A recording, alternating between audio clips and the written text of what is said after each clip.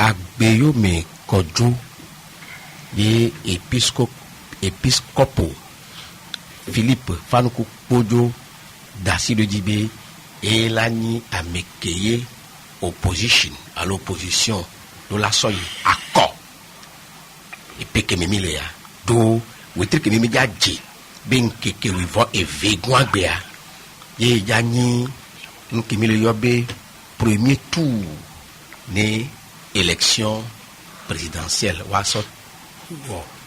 do peloton be accord be tchan Justin Anani Manglobe de Kebenya ne pas tamisé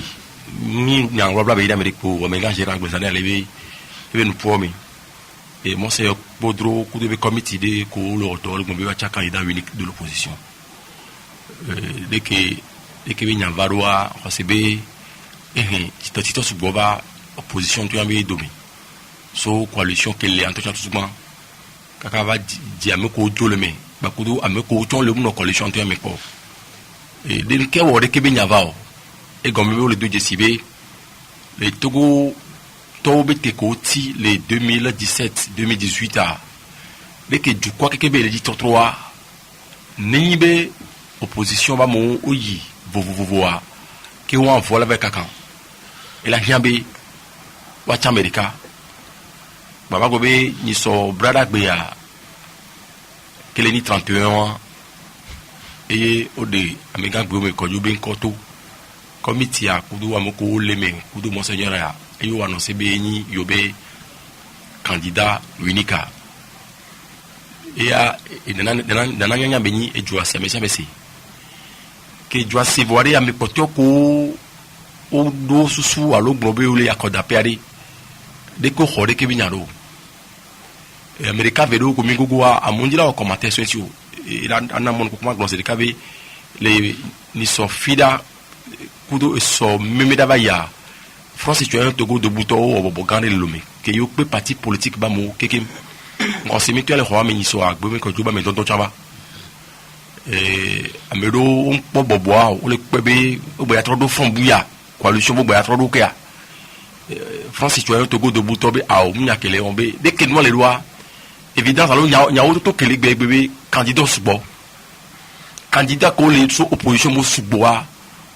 on peut pas me handicap les alternance on peut remonter alternance que Togo to le dit be ya bon en 2020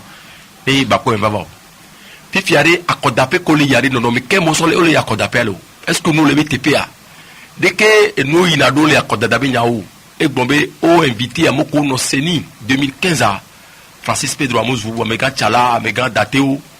o non dès que be bobo ame o pour posore que ye seni be do inado et ta platie fi côté fina collège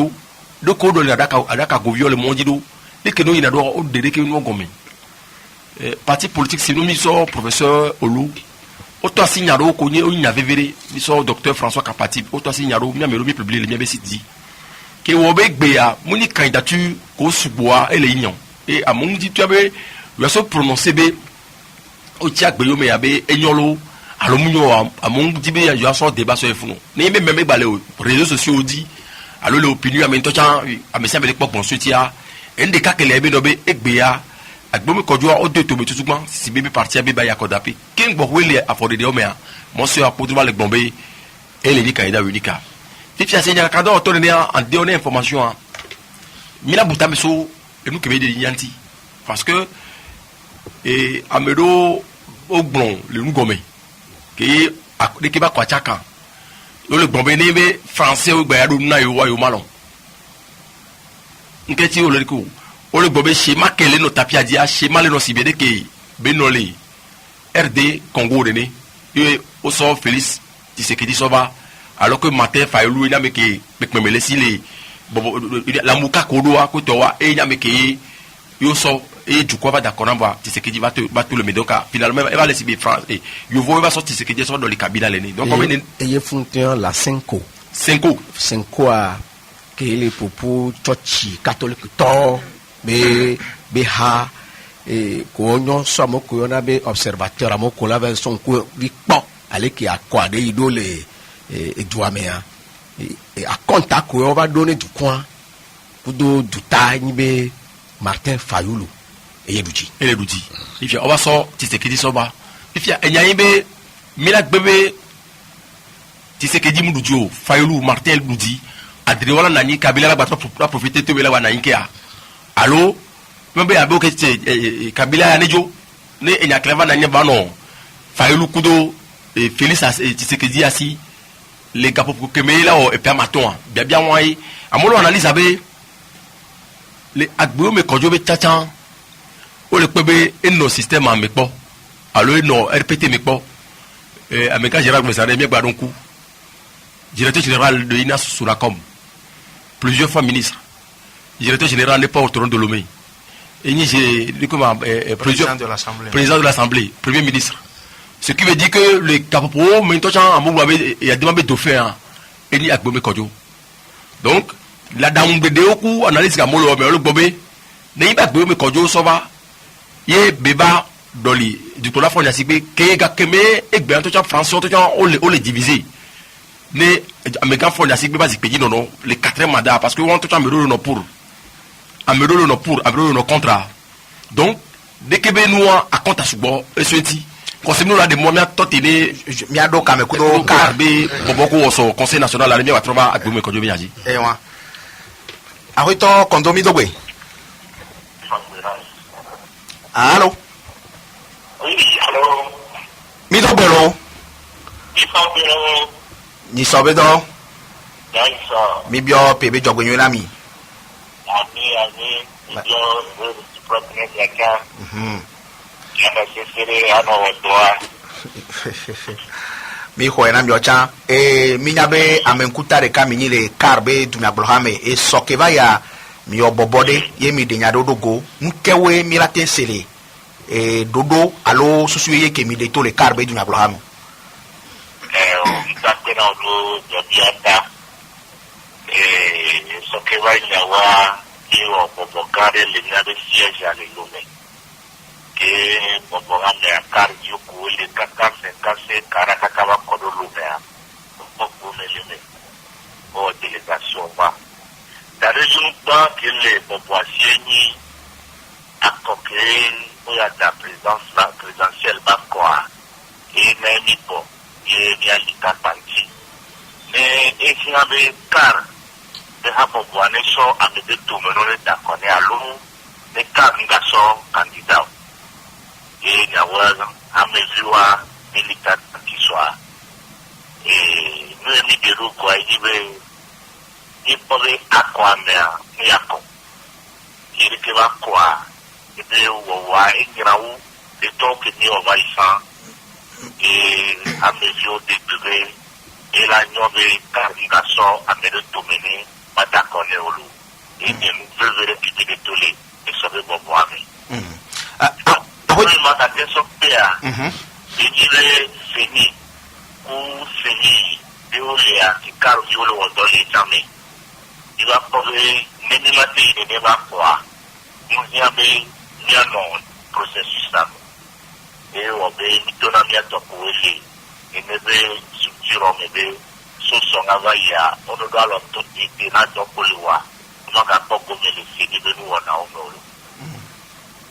ahoto kondo ne miase menyoria e osibe mimji tukara lo mimji be nyako divai sanga kemeye karmu yi du protoba comme voix mi ba mo no sini amobe mina consigne de vote ko to wa fifia bijibe yo no logique amebe ke omle ja yo wa yo madalo ne pemewa oui on peut ça tu vas ya atubueno etare ha kame amebucha dawa kage ha ameliputu ale de la pole ngola wa ebenyai ni ma bloquer america président et ni bloquer et to ajiola wedo et panto beni et de bonfa et ni va de pogina nemi ma yakwa mutia bemia na meni ya baki ya wela wadu akonta na mko ya jolimo ni wanti ni bemia to ne tolimi done on glorabe wa bewa abasida so so twa ela ho ya ku no kiti kwa atia baja siguro ko dona lwa ne ya ahoto kondo Et on est gamé à Soura, il y a quoi, 2020, mais bon, 20 février, alors 22 février, mais là, il a comméré, carbe d'une abrohala, tu vas non goûter maintenant, candidat. Moi, je suis les cars ici, alors, à même les cars, c'est la sorte d'automé. Il faut à quoi, il faut les ouais, donc, de là-bas, il doit, et nous, bataille, et le résultat, le connu d'avance. Donc, et dans les 2000, il y a eu, il y a dans le processus, ça me rapporte comment on a mis, il y a bien un jeu à Mouillagnon, avec le premier, il y a tout gagnant. Et courir il y a mis maintenant consigne à me revenir d'accord. Consigne que même il y a un amélioré, tout le gagné, à quoi Mouillagnon. Et il y a trop une dévidée, il y a des sous-sous. Les masses menuria français vous ont boycott à Carléon. Voilà, mon boycott en toi de presse, on vient faire des entreprises. Donc, nous avons possible de notre propre grève, nous avons un boycott. Condition le réunion. Et nous avons mis un ami au gouvernement, et trop de conditions, c'est nous venons le fond. Parce que nous sommes bureau de vote, nous sommes comme, nous avons des menaces de quoi nous avons c'est nous qui le font opposition à même les oppositions si. Il a dit qu'au cas de représentants. Depuis ton vote que la bonne opposition sera parlementaire à EPDR, qu'il y a bien passé de ne pas boire et soutenir le gouvernement d'action, oui. Donc à 16 cellules, l'opposition va mener tout comme les cellules. Et 16 cellules, il y a 3000 bureaux de vote qui n'est opposition va mener tout comme il y a nos bureaux de vote. Il y a un taux clair, il y a un taux clair dans les bureaux de vote. Il y a des bureaux de vote de temps, quand on a des bureaux de vote à 400, 500, 600, il y a dans la colline. Nous sommes bureaux de vote 3000, qui n'a de 400, 500, là, dans la colline. Quand il y a une opposition là, pour être PA, il faut accorder au développement. Donc là, tout le monde est observateur du candidat, représentant du candidat, les représentants du candidat avaient à son cousin de sous-bois, il y a tout de là autour de l'Okhane. Donc, résultat, les Chinois, Patawan, Tola, à leur façon. Quand on le contrôle, 3000 bureaux de vote, de vous, on avait le juillet déjà pipé. Et il y avait ni à you. Et nous, il y en a conseillé, il avait supporté à Mélo, quoi. Processus à Emounon. Et qui peut vous vivre dans les lois de commune. Après, tant qu'on donne, c'est comme il y a un miabé sous soi, avec Bérénibé. You are trouble plenty, you are pompo, you are draquado, you never vemine allo, government to Quebec. Le président de Togo, même la présidentielle 22 à Togo, la Cotolanda, et Amiaten Lita Tanti. Vide constitutionnel, mais pas bien les gars, c'est noir dia, même d'aquaro gamedia. Togo, Tony Mitinia, Tatindo, et non, signé. Convention au Dingo, test qu'on va ne compromis à l'accord politique va et prendre la question. Mais à les premiers de l'opération. Du coup, les peu fous. Après, comme les Togo du Amérique, à mon voix, à mon beau le premier. Or, à notre temps dirigeant, comme on est où elle nous donne tout, mais tu le vois. Moi, le premier, on te voit. Tu me vois, il y a la première, mais au doigt. Et nous, il y a un peu vite constitutionnel, il y a des tests que tu vas. Il y a des créateurs de tout par et il y a le caméra, on a le temps pour tout. Il y a des trônes à dire, à Bredodé, à Gouéné, à Messia, mais n'est pas m'expliquer. Il y a une trop fixée dans tout, il y a une n'est pas quoi. Après, tant qu'on doit y a des chants, la signe, il y a globé, à y aller les poros cardi, à Bonglado, Ming, Balekpo, les uns au Dagbea, allo, il manque Kevile. À y aller peut-être le poro cardi,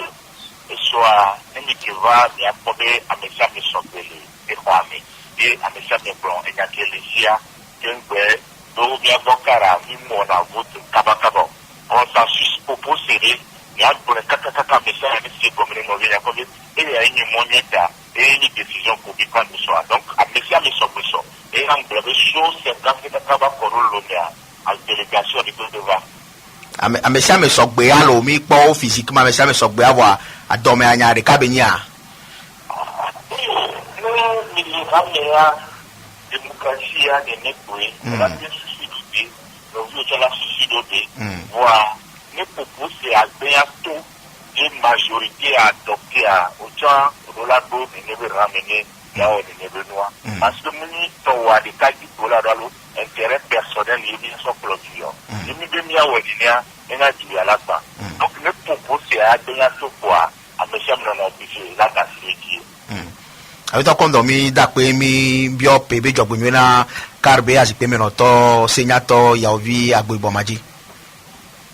Il y a un bon attaque dans mes matou mon papa m'a attaqué dans mes patalici. Il y avait radio avec quoi il sait. Il y avait des vidéos et puis il y avait job maintenant de 2020.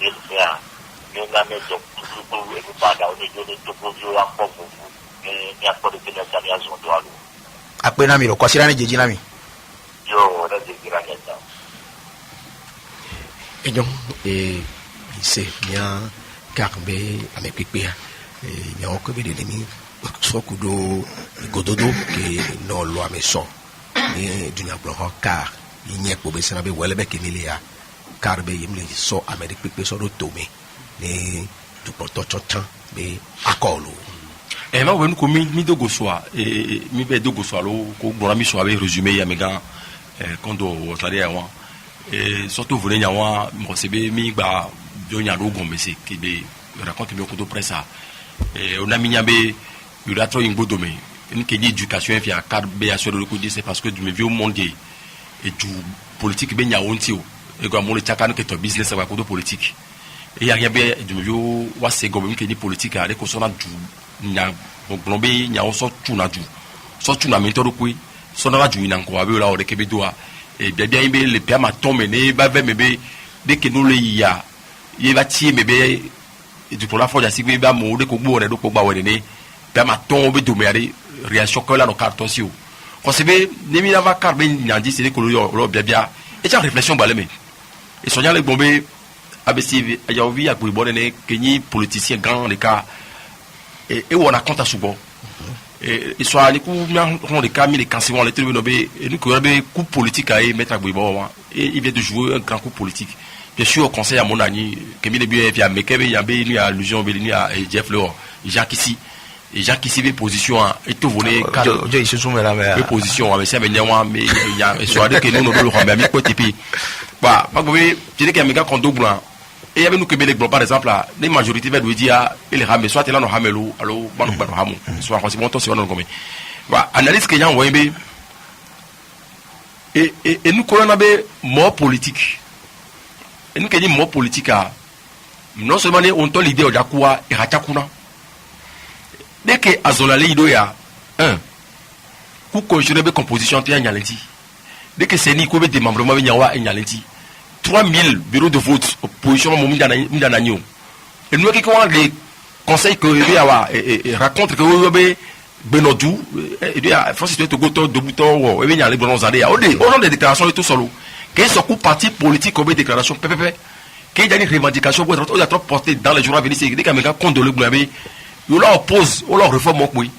nous oppose ou comment peut-être la transition s'imposer de Togo même position qu'elle est bien Nicodème Rakeleni mettre à Javon la même chose on a comme non le pont le gogo alors politicien comme côté le dos courage le débetoa et n'y a le noisi mais même l'autre les même beaucoup même information même au sein même de unir ministre d'autre les par exemple la position dès que nous le roi a monsieur me les craindre des nous et des mamba na wa que au côté le deux JCB du meviwa et du jowa donc et carbe position ko be adopter soit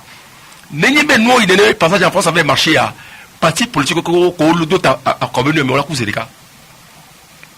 oui moi répéter n'ayez ben que nous le y'a pas mis les accords d'appel d'accord et nous connus nous est censé la honte et du coup quand les moments opportuns qu'à mon l'esprit du coup là va tout djemodi et à mon le gouvernement va tout djemodi ko ba uyoko à mon le bodjona ko benya institution ko là ko be ko be ko na toni la pata o ba lead et du coup là faut na si bébé mondi notre soit Aboudjou absolument qui soit qu'on le recomposer coup conditionné parce que exigence militaire c'est à auto on soit pas moyen de battre pour on soit pas autrement nommé Aboudjou absolument dans les bossans ils sauver message venu wobe mi ya donné que bien tomber les bien journée que mi droit mi la ouais ce que uni ba les bien semé la preuve en est que be militaire au cadre joie déclaration qu'on on soit pas des amis nommé dès que militaire sont les joie on est des à Mojo et puis on m'a imaginer sur on va pas les amis parce que pour quelle raison ma ou vient donc à jouer si cause de me qui te tout le mais donc même les logiques me les accords d'appel qui vont avoir compte à mieux de accorde avec Emile nous que du coup elle dit comme il a quoi mais les cartons de le sentir que nous que nous les ido et nous ko Jonathan et que voyage alors condition comme l'organiser quoi aller via et toujours reda bien sûr que communauté internationale l'oppression ou force du pouvoir force la sécurité et ya ngba wolo abeyo néon manon me tomber on a ba accorde appel non Miami yo la be obe ko d'accord bo be unique ba dia parti politique bobo ko de tato alors ko le se bousculer non seulement on va me violer bojo le wantia parti on la coup et même mon politique elle est bon elle a des leaders politiques donc les cartes de que ba fois nous que les gens yo le mot ce que veut dire que nous va trop de bois mais mi bon nous a dit quoi mi globe mi le mot vika milo donc est-ce que veut dire que car entre guillemets que le quoi car la battre trop fond la battre parti gas veut dire que bien donc analyse que les mots mais bien pas les et nous ko josso les bon mais ba kudo nous a des cas vidéo ko nani ko be une check pataro de vivant et nous commettre les meilleurs et voilà après Justin Nani Jeff le Prince clave mato dit so monseigneur podrobe choix unique que be le ona opposition quoi en moi de na fugare mobe ni mi pono jinko quelque car pour le blovivia que monseigneur toi son liadia mi brevoy wana mobara be ame maunola mi le double wencho mi le bloleke voix ni mi le analyse amie we mi le zuamea alo mi titerinjo so mani maunola que o le plo home Christo be home que le ni catholique wa catholique ha on me kamo vana tamu amede le unir me amede le ANC me amede le UFC me amole me fofovoa ovana ke ni be to no ade kamire yo va bonado e hosi hame sina maunya so nyina wa dokwe voa gakeme eno to so amire gbabe nke ja ba be do ngbodo me na no yo emi to gbobe enu ya ngba ba nyi be susu ke be ja ba do na opposition abagba ba han tito ba opposition amo egbea raison elle est claire be ame ko no d'accord kumi so wa egbea nu ke mo se ba de to ebe candidat unique a de to le sultana comme bo fifiare ebe candidat unique be proposition ade ele nyi enyalele opposition pataro droit aw afika so ya trop le tutuba ma gbobe egbe assemblée ame ko l'assemblée o do de kakaka be élection à deux tours emi ja nyi so fifia ne monseigneur le proposer candidat unique ade candidat unique de l'opposition a encore unir be candidat ko a proposé ade un tour emi jawa on a tel doudi un coup kawa e nya tutu banwa e wa opposition ame ade ame buma pateni candidat benade na mere l'encore le premier tour amia patami anombe domenea et à première observation à l'analyse ni tutu banwa parce que mi le promo se be nya mu jodina mo e vegoa le ni bento o matin so ANC gbe que le ni opposition be du na blohagan nem le globe ni gam ni be mi le globe et lolo alo ele te pata ko to wa mi la en termes d'élection nemi législative on va y amener ne que ANC tendo l'assemblée nemi so local que mi on va y so conseil ne que ANC tendo le togo do avec pata nemi so ne do plan politique jamais abrobe ANC le do poids politique de l'opposition les balances avec pain en deuxième position tout à fait ye le chevien ni so unir ba bunglo do jesibe yo be premier adversaire mo ennemi onyo adversaire politique ameke wa le voix bedo la ya ko ni adversaire ayo wa eni ANC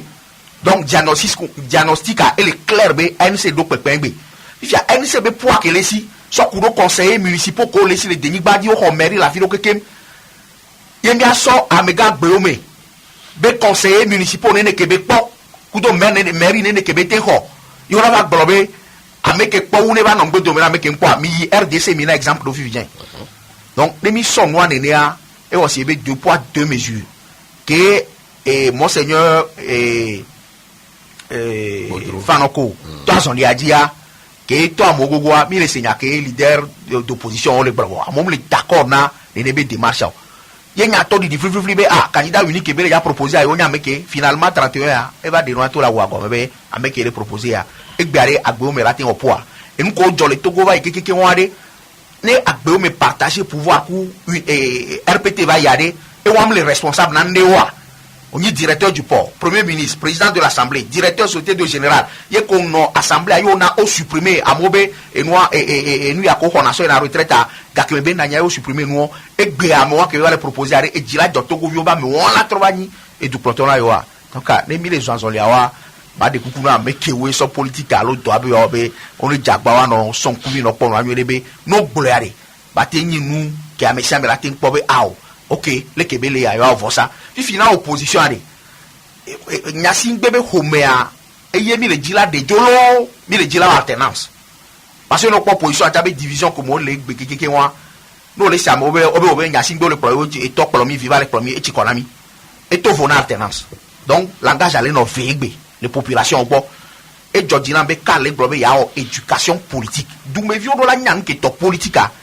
no le dunyagblɔ ha ɖe mea tutu ɖo ke mianɔ na mia be hameviwa enya la nɔ nyi ɖeka ne mi le dzi alternance a azɔli ke mi la zɔ ya vɔ ne agbetɔ be problème mi be o be nyasi gbe kplɔ mi etsi kɔ na mi etɔ kplɔ mi viva le kplɔ mi etsi kɔ na mi etsa problème buke ne sacrifice ami da o be nyasi gbe ne dzo amebu ne va egbe atamu nya be se ate po asi gbe be o pasa gbe o me do wa gbe o be proposition ko wa enu ke be gba le he va tsa wa donc ama de kuku na politicien o be 2020 ne fana mia kwata mia no do ame ne manya wo wa ne ono jo dasi mi po ne mia mla iro do ame mia mla nyi mia dan lo po be wa me no vio la gba do agma ta wa ka franzi adra fie mi na wa be vio le o modele sukulu amo gba to wa so ko be vio popolo jo le do ame wa no do ta ko to donc mia de kuku no be to ho no be susua ne odoro apataji ne nya batenyi de kana wa ya ko le fafa me nya ototo ba no akwa me wito parce que 2015 alo 2010 ngba don ko wa pas de réforme pas d'élection e ba do dernière minute amoyi ho sebe egbe ke monseigneur va le debe candidat unique à toi egbe ko no na pas do sabe be monseigneur e na bon exemple be wole kirika egbo ki go di degbe yo we la gbo be so amwa be wa gbo be nu ko gbo so ele en contradiction donc enu wa politique are ko be ele se pion ne donc a mon e jai de toi du me vieux nyina perdant du me vieux va nyina me ko nyina gboko ina sia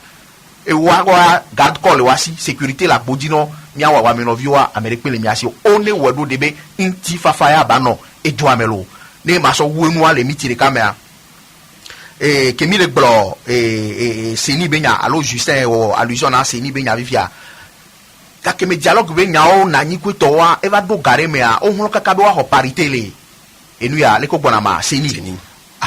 ga me ba so a parti politique le be nkono to be a o yo mayo e ye la yi ye ora ba be yo gbronya do duvo a o le ka cardo jiga me ya e accepter e so ba moduda wa o to kaka ba do afire ba le pe be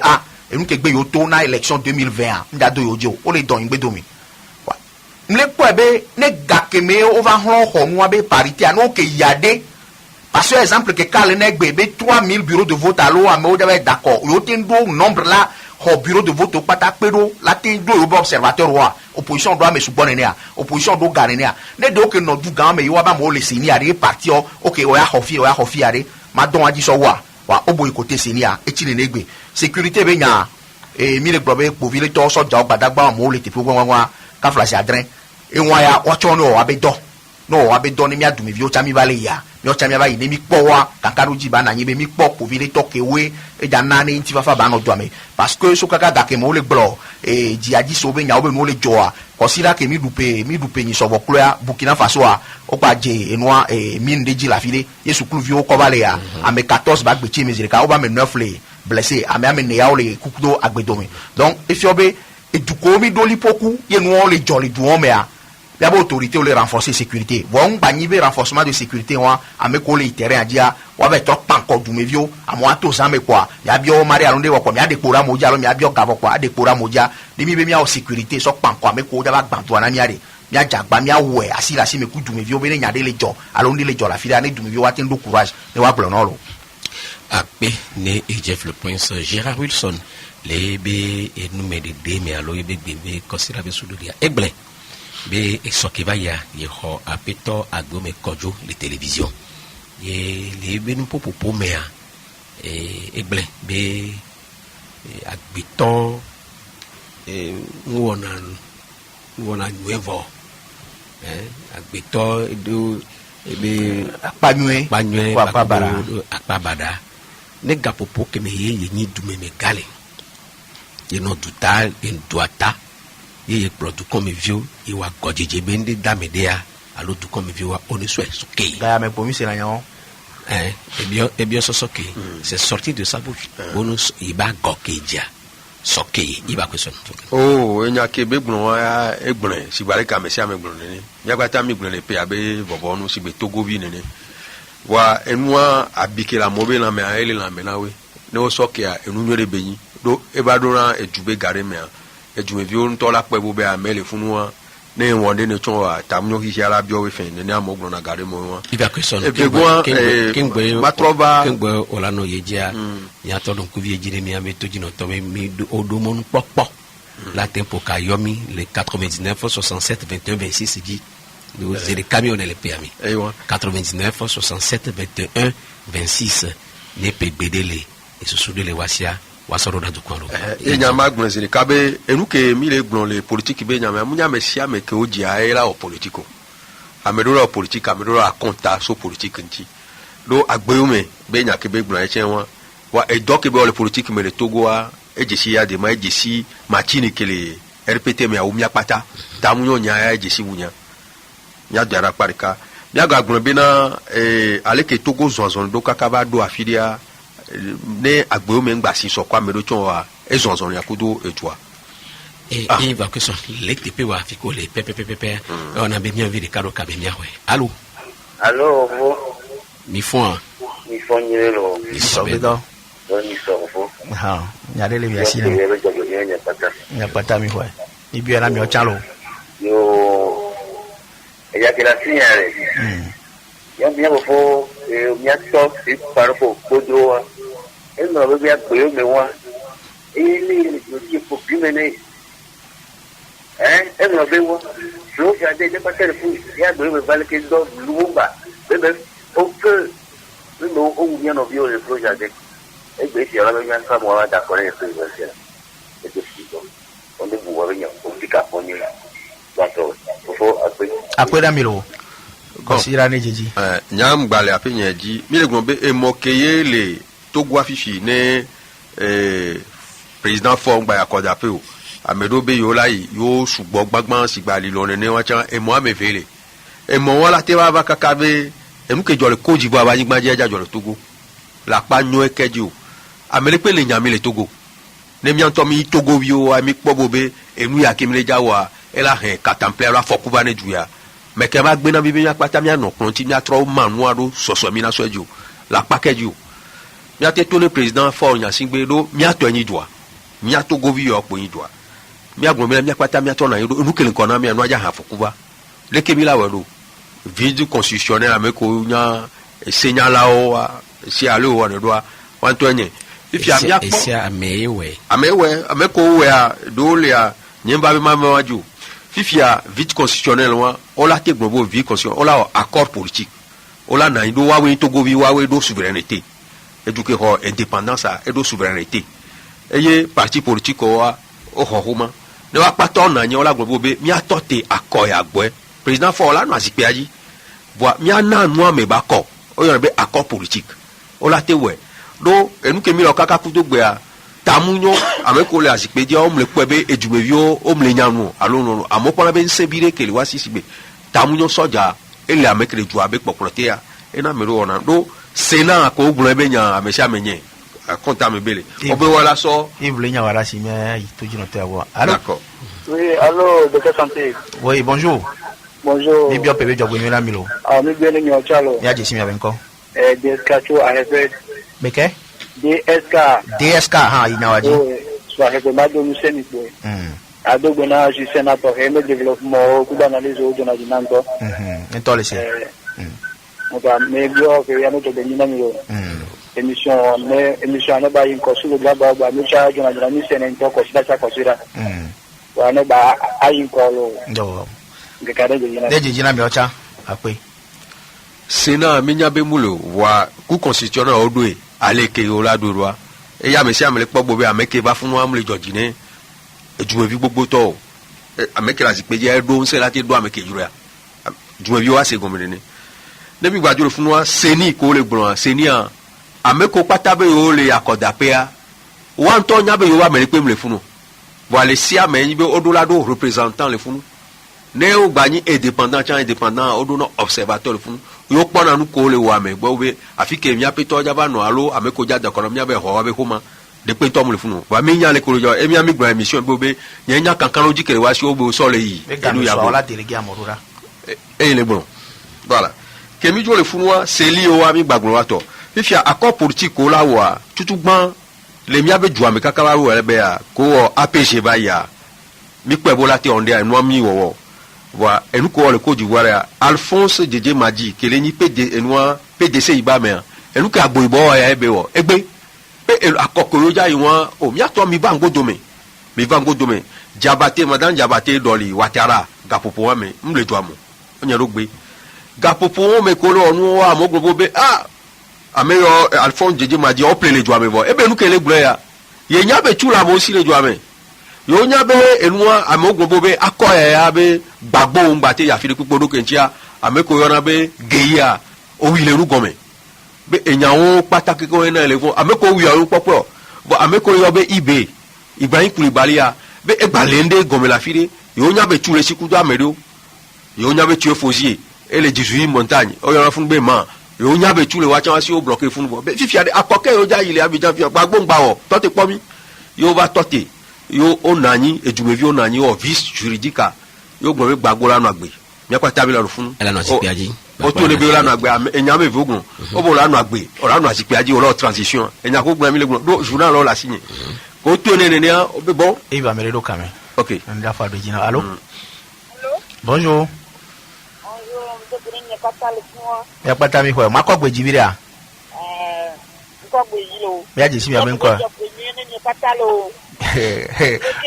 dona mi wona mi si a de so be mi na re mi o mi na mi si bi o do mi to mi le e jona bi na mi solo mo fo gan mi le wa o la ko o wa tu play no go yo to wo jobo jina mi le gane va me sen ga wa subalo yo lo o gam no do pa no nu aya mu no yo enyo nke kene jina mi nyere lo de jina mi o cha mi bi o pe jobo mi na mi o cha bye bye Alphonse Djedje Madji kebe gbronya ebe to wa toji wa to ba gbobe nya kebe gbon yo se gome yo wa patake ko wa tro na nyo gbobe gbagbo fifia mi ada si akobe nya mi atroto akobe ko moji edumevi ondo homo mi le wo ebe nya mi we mi ti so perika so we mi aba gbon institution wa mi we mi ti so perika kaka gbagbo wa tro e pe ama ton ken gbo ba dako neno togo vi o pataku da me se me susu me do o gbojiro no anti o we de ka kaka o ba gbogbo be soja ko la hora so wa ko be no na nti o wa ho pa region o ho o gbon be sevi fifi ne ne o so ani ko to so amedo so be to tiro fun o wo no pata o we ne o ho ame o darebo yo wo formation na we o wo no étape par étape ken gbo o ba ya ko da pe ko ja ko da pe le fun won société canadienne de ho homa e be la wo enu jigbe homa nationalité kudo le ke mi yone ma carte d'identité azerika e gako yoa amoji gakaka osona yo woni dumevio pata fifia on jati so amere mo jago be ho mamula si o e wa omule wale be wo o tumo keke ko we bo ko ja yakoda pe afiko le yobe union européenne kudo onu to pata ko ko be gake ozan ronu yantia e no me e la kokoi do mdasido tamunyo France de kala me alo jamali kudo no ko we edumevio ko d'accord funa jaba nyi rodo ya yo vo nto e ba po bo be afikele edu ame kokun e ba sen ya be enugbegle le ja jore jo ame onya le ko wado vo egbele keke le edu ame funa ndebe funa fo eye nti mi gun abe togo be ka bu benyi togo be dumevio ame ko yin opposition ba mo wa kaka ku to gbe le hihi ame ogun abo obuwa do ko ile apakeju sigbe agun ba so tu wa so onu agodogodo amura togo vi be susu me gbere o evegwanchan o gbatro gbogbo be government akele azipiajia de webe no ba do afiria o pone bobe accountable enu gan ke mi ejo fi fiere nbe na amere pepe ngba chiji mi ameko mi pobe akoba kontale ke be no do mi wona be do amere pepe ngba chiji be le akoda pele ale enu ale odo kejia agbe wo mi fi fe le nya eye mi agun be ne mo so epojo gbonade o amere gbonade o enu gan kele ade enu kele nkodan mi ade mi anto mi pobe ebe la kwa ni ko won me mi gbon le fie bobe no bo jumevi le pepe ba no kwa s'il te plaît allô mele allô allô bonjour ya je simi kapo so klabu mi bi o pebe jogo yen la mi lo ya ncha change va do mi sen atakwe mi do ke lo anti mama waswa na li do la mi ele ni ile DSB pour que le baba va faire le didi photo comme ya va bien so mi abobe mi to renforcer on avait amedo le nom ya le bon ba le va mi abo ya ko don se ma te ba va et nya do aspira mi do to ke lo anji e opposition ke jila wa ele ni ile ke si ka do me America be fo ale fo ti wa be fo yo ni me la ti we ni ba no équilibré ya e la to nya ji micro obe nya wa ya be technicien ola jagbala ko nya wa gbọ́ mi da pe mi bi ope be jogbo yan la mi ocha bye bye ma gbọ́n bo be ne mi agbọ́n pote akoyi be na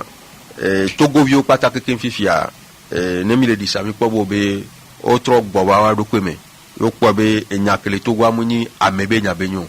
même na me de gbajo chan le Togo a e la hia bo be edumevio wa do tutudo edumevio wa do homa edumevio wa do ablode edumevio wa po wa be po vile to sigbe yo ba po hen nene o gba no po bo be yo be fun to benyo nka wele hen no bo donc enya sugbo le ke akọ ke mi le jade ya gbohun mi Togo vio mi le gbogbo be ni o gonjide no me covid sigbale ke mi afofo agbo igbo gbere ni nene ke Alphonse Jeje Maji gbon le fun e be ko chan egbe be wawe na e reform kudo ndole ejuame egbe be keke ya to gbo be démocratie amule yinwede sigbale ka moloji no bo institution do ko le juame o le te ke o ja ode yin so gbe na we bo be o ngba wewa amogba trova ngbudo mo tro so ameko lati so dar fun ejuame la fa o so dar fun nene la ba yin Togo chero ro ntoto fun bo ya pe iva ko so de ne va po nu me jojurwa juste nani obi asonya de so pe e ko be noté on le benino be de karo kabenia hoy allô Allô. bonjour Bonjour. bonjour ni so be do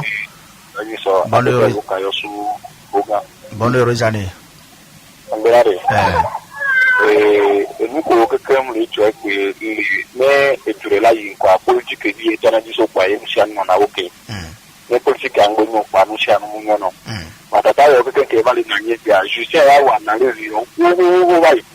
Anje ma dum se mi ya me ko ni RTPS solution ni so ngare. Ne ke ni gena ba wa na no ku wa nya do no ku me ba no ku di wa de vitwa. Ya o to no mo di si be le ke ni afofo Johnson and Andre Gure egbe bayi nene ba ni ga ba de tawo la te ku do ene so sa bu apeta de kan ni ngba le ti bi ko kudo shisha nania ni be ba te mebe numero a era no do mi ta pe isandelo bye bye et non Justin ne go be le ke politique pas sur les son le ya o le pore ke mebe ejua be nyole idwa ele jila so kudo Gambie benya Gambia ya jamais organisé quoi bébi ou la so we poto les chefs de file de l'opposition ça et tout Adama Barrow qui va ni président par exemple la trésorier be les bera mento chamunya be ko beyon va edouale ndezime tellement mais Kenya me akole premier coup de patapa ko to mi jagba la voler jobe document do problème coup de Casamance et des cas coup de Sénégal au munino et des cas on a no barabara et des ni alpha et dans la sida bedo soja ko le se kan so jodi et militariser joie kulo sibere ke be Togo le no egbere ni ba ke game soa parti ko o be dogoa o be no ngba boycott parce que big was débarré les filles 2014 par rapport au boycott il vient to bout de l'enlobé amekemini ko klopo wa mbona avako benyo puisque kengbe ko la créer conflit alors la créer discussion en politique a d'accord le rôle ya kwa kengbo oui donc avec que boycott benya munyo le boycott en donnant medio il est bien vrai que voyez les conditions oui ndingo et non que dans le nord adama na baro benu ya donc on décidé be nobe les Gambiens là quoi ko do ya jamais quelque soit que il a organisé quoi roi et bien toi une stratégie à côté commission électorale ko do no que ko enseigner yi to e pour ko sura to e bi la so d'accord il y a du quoi et il y a qu'on d'appel vers une quoi vote sanction ce que les mais bien avec dans la home matin ça dit que les gars mo go be ti economy moi je comprends pas les économies alternatives que monsieur le bon proposition que me ya trop do mais nous moyen tout le bien sûr et toi me donne la fille ça que là mais ton sort en alternance soit tu viens surtout ou alors on a une révolution du palais militaire au Bénin on va petit système il y a bien mis pas une en transition et en balé béton à charte africaine en terme accobe moi pour les il y même au additionnel et protocole additionnel de la CEDEAO et les joueurs tant me donner au gouvernement quelle que soit difficulté que là n'y a d'accord ou alors tu as la titre leur révolution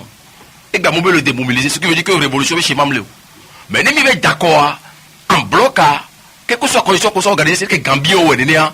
mais on va le programme mais il y a même second et pour et minorité toi que les gens là d'accord là Ne fi vidéo so pe ba que gambe be so par exemple minorité mais tu es d'accord. Et si va Koromi le Togo va au bureau de vote ou représentant de parti on doit d'accord. Voilà, on d'accord ben donc tu dois décider mais no be fi que me promis c'est Togo ben nyam bébé il y a des cas. D'abord il y a une famille qui conduit et qui est produit pendant plus de 50 ans. Et il y a auto il y a Sibé. Mais famille un produit abordé, famille a un système politique de mais système politique a tchalo elle est plus de 50 ans. Donc on me veut tchalo du. Il y a mes deux donc ben oui. Oui, mais très bien. À mon donc, on soit institution, mais les gens, soit l'ingbo de Belao. Et il y a matro béni. Fifia, et n'est qu'à fondamental, mais il y a alternance, il y a walo. C'est vrai que Jeff Le Gossan, ouais, n'est pas alternance à ce que je dis comme moment, il y a signé famille à l'édio, la Zipédia, système match à l'édio. Fait qu'il y a les béwans. Puisque les nébéwés de famille à Sigak Boya, mais au sein de l'Uni, par exemple, on t'a la alternance. Donc, quand on unit les sommes, boubou. Peut-être le flou, à moi le flou, toi. Unique dans mon on démontre mais sur une hypothèse qu'on les par rapport à famille mais tout simplement du coup là faut la signer à Kodapo mais il y a signer là va le possible même le parti mais il y a un problème mais ma va maintenant il y a quoi être bien c'est ethnique a bien produit plus de 50 ans est-ce que là va so candidat unique les grand parti qui est uni la Melaye Kabia non débat on le wonton on le mais même comme du mevi ni dati on tombe débat mais qu'on va s'en va payer. Et ni candidat ne faut la signer bah candidat malgré les pressions de la niveau il y a quoi d'après quoi conditions les candidats mais du coup du me vionner il y a quoi d'abord d'accord c'est que Gambien d'accord né mon multiplicité les candidatures mais yamle puisque même né amélé il y a quoi d'après bah tout comme paradoxe c'est même que nous peut pas minto chwa il y a Jeff en démonstration de fille elle est intéressant très intéressant de démonstration que vous fille puisque Amérique et il y a quoi d'après les comme on d'accord les comme municipal que soit et puis les ni candidat présidentiel les ni pas c'est comme politique le Togo politique business que boy bon soit million c'est que au élection municipale après comme on était d'accord le comme au bien élection présidentielle au bien les a tapé au élection député ba on te du dio au bien élection présidentielle au bien les a tapé parce que au bien l'opposition mais on dit il était opposition il y a quelqu'un opposition mais vous allô alors dire pour nous fait qu'il y a paradoxe à les Togolais ont meilleur pas il y a un problème quelque chose ce qu'on dit quelque chose qui est les blancs Togo vieux là au toto vous y a mon ganato il y a au toto le Togo ne nous mignon et les blancs côté wa soit à mon collègue de là c'est gombe nobé dès que condition que vous les opposition que pour société civile là on le bon y a des cas dès que milo organiser quoi doit mignon du coup la fois il y a signé mitote noir mais il y a quoi de discussion mina ouverture bien réforme institution toto va à transition les transitions pas bon il y a d'accord les du milieu mais mon France là c'est parce que les yobé Jérôme mais à un moment donné mais il y a des cas yobé pignon donc la TZB OK bien son ami alors là bêta manipuler moi c'est Podro parce que comme que là donc ça mais au point la fide et il y a on mina va dire après donc yobé fait ko point le que il y a le côté au va so candidat unique et il y a on elle est divisée opposition bon du quoi il y a problème quelque chose que bien et il y a du quoi et bah c'est bien c'est boycott moi on a des pépé à mon se préparer d'arriver quelque soit condition qui donne à quoi c'est Togo est d'accord non d'accord c'est bien que peine pétole le blanc mais non mais à mon on prenne résistance à diabé parti les démocrates sans le blanc et de quand me bon sur le blanc quand vous voyez c'est pas typique qu'on y a le PNP parce que au bon tu vas trouver coalition vous coalition que au c'est pas typique le PNP ni conseiller typique à Tchadama trop le haut à ce on nous quoi ça d'accord au ben yo be PNP lié on yo le yo résistance mais amole akodape bon gars que nous a les résistance que yo la ko benya PNP to position on ya uroti pa tatikpia on ya jo le PNP mais kemile popo ya donc on a pas no be igbeya les politiques be no mais ligne le bouger nous se voir les jole nous gombe voir et là il y avait du quoi ba no clé be chaka ngba do be nu be ta go par rapport de ko le jo les leader be ho leader jayan mi ba ko idée agbo si be que nous a Jeff le l'idée on la bojine le dumu bon on du me bi on ko de là on la gbo be no be ba gbe ba tro no ti be ba gbe la 3 et les boy c'est vrai que me de sambe mi fait se me anu bia de kale on ya do ya pe aw ne be joa ne politique am nyon wa économie am nyon mi black odi be PM me trop politique mais sur les sociaux que les Togo wa ne alternance baba ne Togo to te da fon on se be la nyona me same ne Togo to te de afoma et Rosebe et la nyona a mesiame Justin Hanani je voulais Jeff le prince mi gogo woni mi be wona o nyagare pe mle so we ya da pe na to jino to we mi gbone be miawe nye wuyo wa ke ni be miabe doya chami ila o mia tolinchi wa ke mi gblo la nyi to amia jawa mi lo so le mi ke la nyi to mi aso nyi mi ro ya e gblo so gon je jabe e pe ya mi e to be pe me sia me ni oto me sia me ni wo to ke jia nko na bi devoir ke nyi to wa we no we voir ke ngbe droit wa avec no réclamer donc ne gamesu we mi d'accord accorda o ma vi ame ko due gamesu mi d'accord mi tite mi d'accord mi tite mi d'accord e nya wa mi gblo ba ire du ame élection et 20 décembre à l'onde décembre 2018 la niba ya à l'assemblée quand et donc loi ont voté les pays américains 17 lois ont voté tout trop de qu'on va mi gbo mi lo machine à leçon ya reconnaître be ende le trop alors à son lié les va donc à quel ani mi a du me vieux toi ya jagba mi awe me mi ano moto ada lo me la menchi ala o le kile me sia me ne wo be do dasi ne mi wo kwa enu ke mi le jina doa era trolo pa potole bloqué me o ni leader politique we to wa be vieux wa so le voter o le suwa kenye npo ipo so ja o ka ko ro le wasi enu ko la du igbe a ele lo po te na lo vi ne nu ya mja doa o so ne bara kwa mi adu me vieux wa nya nya be mi anto ni mi anto e mi di totoro na dua mi awera na be la trolo après Jeff le prince Justin donc dangare pe le mi la gonre parce que dès que enu ko le joa bo to mi na mo le année passée bien bien d'autres cibles bien éclairé mon bien informé mon du me violo wabe tchan ba ke nyu toi du yoro on est c'est comme que m'a répéter be no be au matin na ho me na be yele boycotté be ti konai be e joa batro no be mu kayo a junu mane o junu autre kan ne akobe nyale ko to pa condition que mo organiser kolo condition que mo organiser kolo ne nyi be me be mi ya mi la il a vote ni me va vote voir au défendre la vote parce que on pas ko le bio le o dépouillement bureau de vote pas bureau de vote c'est les conditions wakano me ko to yo le blon ye aso le mteli yiwa ben ne ndo fiki la doa ne politicien matebe wa ko ade afonyoro wa mais le reste bien pour que va voir ndé ka kele bevia du me vino so di bien mo ko si ka kele va se préparer d'arriver no bi ne campagne la wa be campagne ne gambe suna quoi oye ouais d'accord ne gambe so do dépouillement ouais ko dépouillement ne wa ton do be rejuster que so d'arriver ne nyakele no ba fia copie américaine no doa ne gambe so bien go be Justin akpe iba question o de ko nya ma da pe nya be to di no to do to podo be nyo wa bia ga gbon be na no bo wa to te akodada politicien we gbon mi awe gbon e no wa gba akoda pe chan politicien ko do parti politique ko gbon mi awe gbon e ye etume bi ko le wa be ha vovo me o be se wa pe to be gbe wa ke mi ami le gbon le mi abe jume fi akole be na de pepe ke la no togo jingbaja soso mi na so nenu me akode le be no na do be kona ya mo yine ya no ja ya de garanti ke lo do mi jabe e pede me mi no le jume fi ya ko da kwa ba iwa ke yo nya awana na jwa se me ba yo akwa nke jaba jo le sobe togo bi o kwata wa no nzo wa mi ngbe ba me ne pe ngba akoda pe oro ape enyo akpe na ojan iba question nya to nku nya no nku vieji ne mia be to jino to bebe to a sokulu yo ba ko do ji chobe e so ye sokulu abatro je gomi e so jura gbe ba mi le bia be no to sokulu ajia wa yinwede wa planu nwede ti chochon ne fion de vio nwede aji to kwa jino jilao ni linkudo de vionti ne epia wenua ne sokulu vi sia sokulu vi ni batin po eji dudulo mi le do akpe ne mi abe tododo mi gba we gbe to aso seterofi anene e mi le do akpe ne Jeff le prince Justin anene et Yves Question Didier de la Mer togbe la tekwe Ernest Saï et mi abe no to grand apeto et Gérard Wilson fiko le o abele tabilo la mi bon mi sozon mi abe bon mi le do akpe ne wa de méthode ça mi do akpe mi abe mo di no to apeto et Christophe et Komi